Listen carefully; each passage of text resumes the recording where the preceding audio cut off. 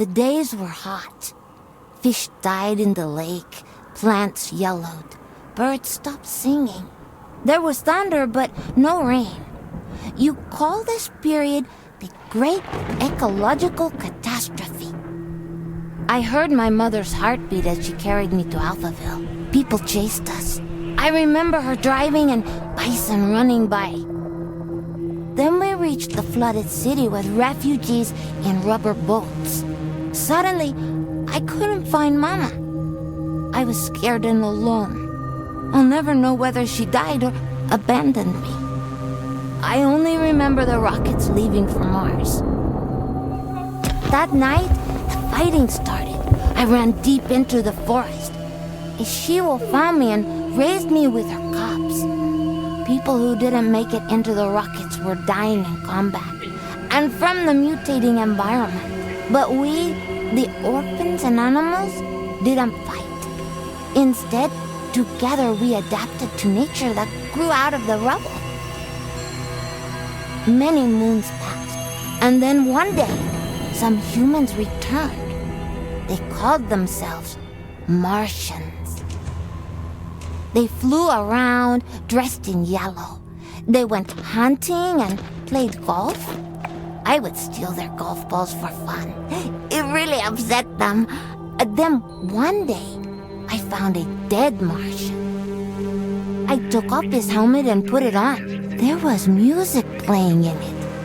After years of only speaking wolf, I listened to the Martian radio and learned human language again. After the group left, one full moon later, I was chasing a tasty bug when another spaceship with new Martians arrived. It soon became clear they were trouble.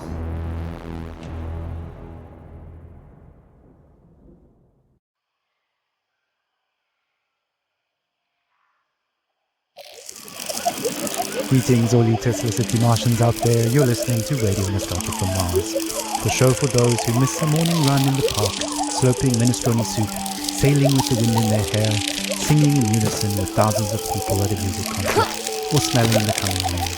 In other words, a show for the long lost days of Earth.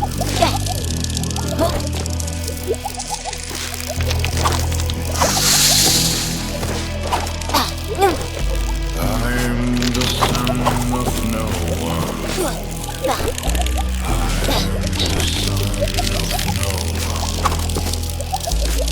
I'm the son of no one. I am the son of no one.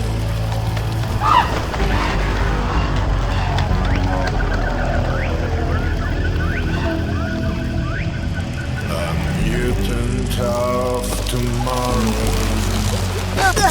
Got no time for sorrow. I found becoming a stag, antlers with no yellow tag. Left to my own devices, used to permanent prices. Without race, without creed, I am pure spiritual speed.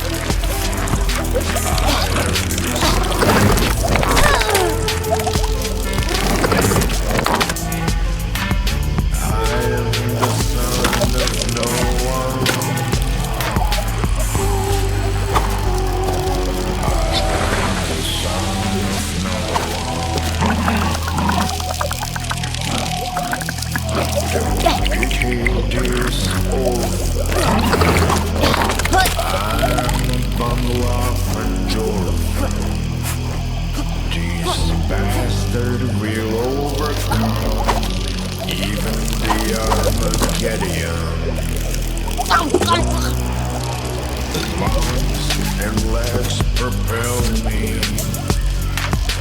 You cannot buy or sell. life like water. No one's son, no one's daughter. I'm the son of no one, the son of no one. I'm the son of no one.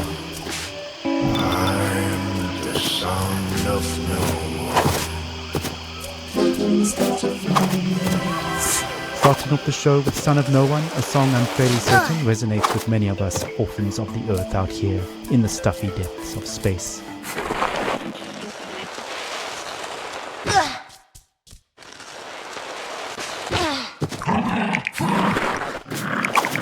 Stuffy air, please don't attempt to open portal windows to let some fresh air in. It's unbelievable that we have to mention this, but we're living in pressurized domes, people. Breathing recycled air is just the new normal. In totally unrelated news, the memorial of Baroness von Bullenschitz will be held in private, and her family asks gold diggers and paparazzi to respectfully stay away from the funeral ceremony being held in the Section C cafeteria on Deck 3 at 7 p.m. downtown. Alright, on with the show.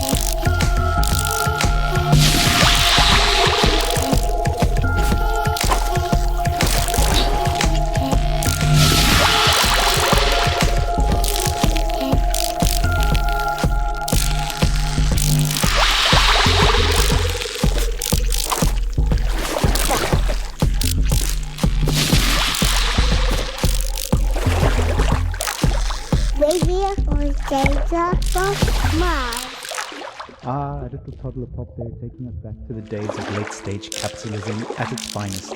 Child labor never sounded so sweet. On that note, it's time for another story, a look back at life on the open road, and a look forward to the long road ahead. Stories, memories, the good old days, original sources, authentic tales, hope, inspiration, drama, radiant. Crying while riding a Harley Davidson is the actual meaning of life. I'm serious. I tried to recreate that feeling here on Mars. So I took a Tesla City Delivery EVA for a spin on the Planitia Plains, but it's like driving a janky VR simulation. It made me miss riding my motorcycle, my Jolene, even more. At 35, for 30 days in the blistering heat of July, I took a 4,600-mile trip across America on a motorbike. We set off from California, we zigzagged up and down the country and covered 18 states all the way up to New York City, where I was to take over my father's company. During the trip, the biggest surprise for me was how much of my thinking was practical. Even banal, I just focused on staying alive at 70 miles an hour on two wheels with crazy winds buffeting me in all directions. So while my mind was this constant barrage of compulsive thoughts, those thoughts were generally practical. Like, how do I get to that destination before dark? Am I drinking enough water? Am I hydrating? The bigger picture stuff of why am I doing this and what is life about anyway didn't come until later.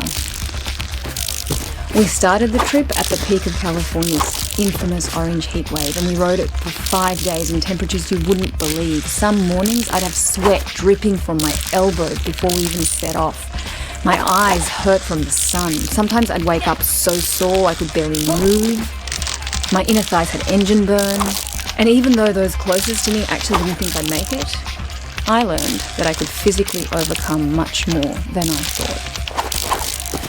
So after that rite of passage, I knew I could take over the company. Instead of being an entitled little brat whose father would pay for her theatre career, I turned the company into a $1 trillion business. And now, here I am with my family on Mars, among the last representatives of humanity in the universe.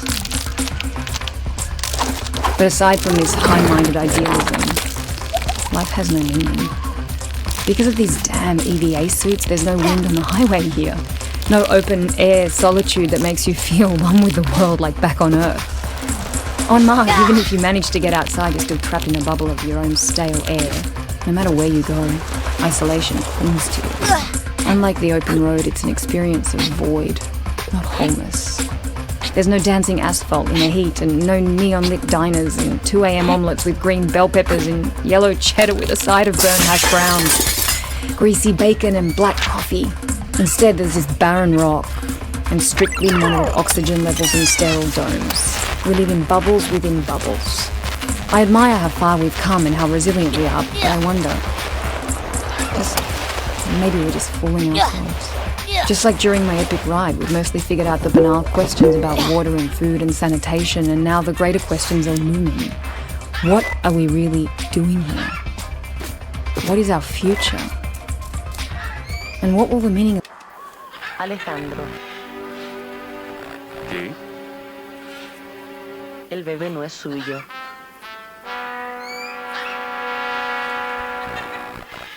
meaning of life be for my kids? At any rate, the point is, I miss my Jolene. That's all. Thanks for listening. Thank you for taking us on that ride with you, Brianna.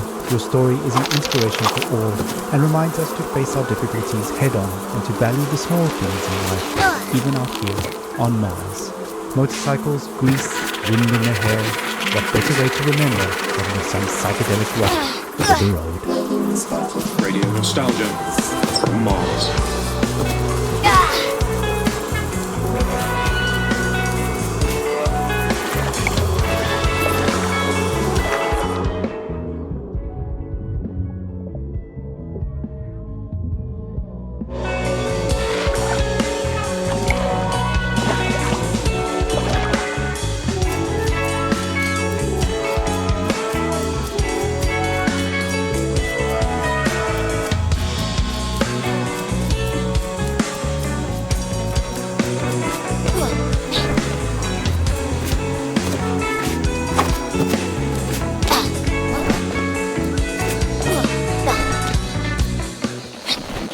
Whoa.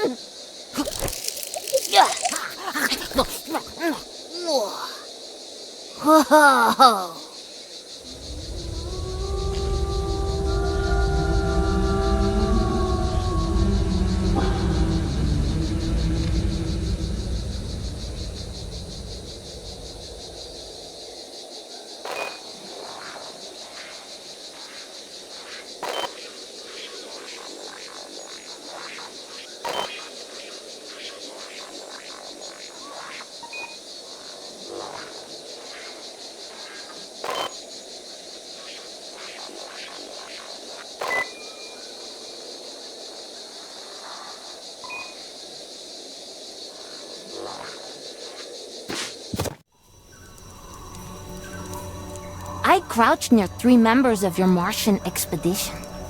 The rest of your group were out in the field.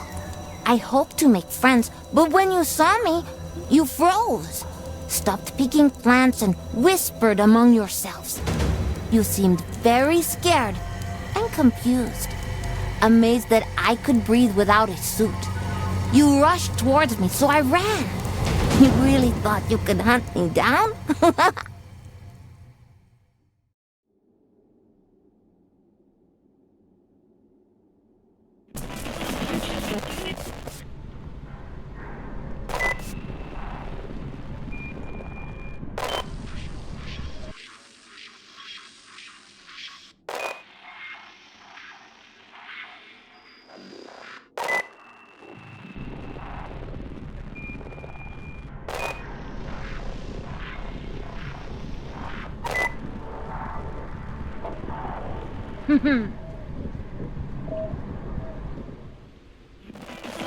Nostalgia from Mars.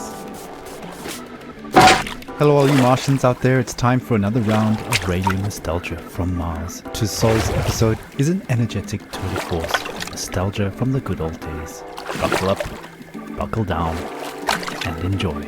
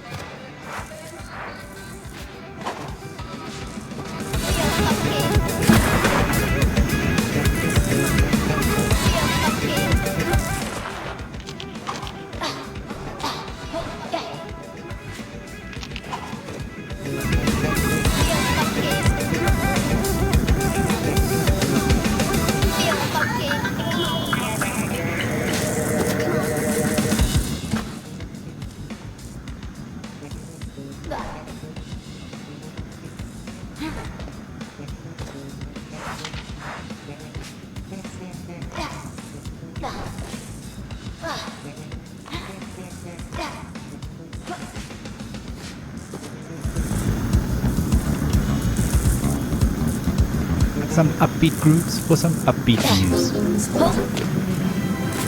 As you may well know, the board of directors have founded a club for going on exploratory return visits to Earth. A primary expedition launched several years ago, and Tesla City authorities are proud to announce that the secondary expedition, a select group of our eminent board members, has arrived on Earth in the vicinity of Alphaville. The purpose of their expedition is to research, collect samples, and conduct measurements of the air, water, and soil to establish toxicity levels back on Earth. Of course, our intrepid Tesla City leaders will use the opportunity to squeeze in a game of golf. Nothing beats Earth's gravity, and urban rubble covered in nature makes for a challenging course. So let's wish them the best of luck. Work hard, play hard, keep up the morale. We won't stop until we make Mars the best it can be.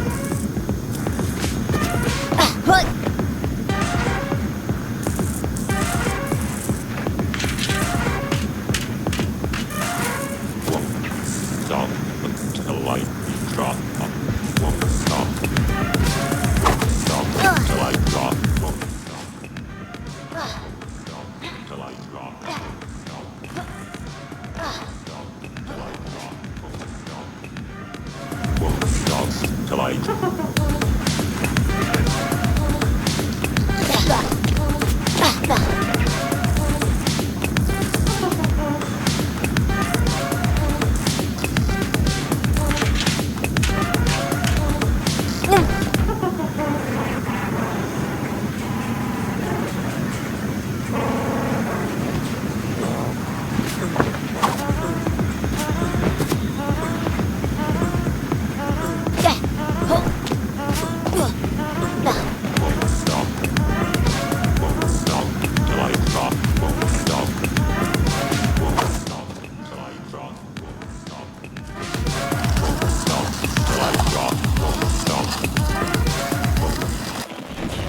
So I ran, avoiding the nets. The same ones you used on my wolf brothers and sisters. This whole hunt was for so-called research purposes, to see if humans could return here one day. But even with jetpacks, you still couldn't navigate our new terrain. I am a nimble earthling, while you need so much gear just to stay alive.